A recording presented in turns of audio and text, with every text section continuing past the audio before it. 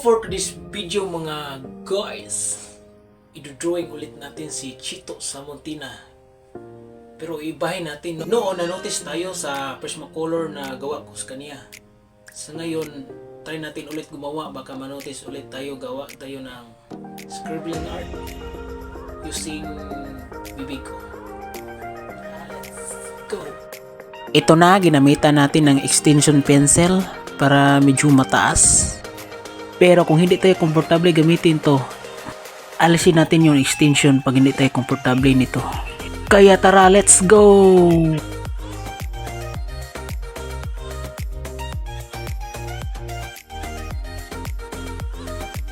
So, titigil muna tayo guys, kaya sobrang hirap talaga yung mataas ng ganito. Tatanggalin natin ito.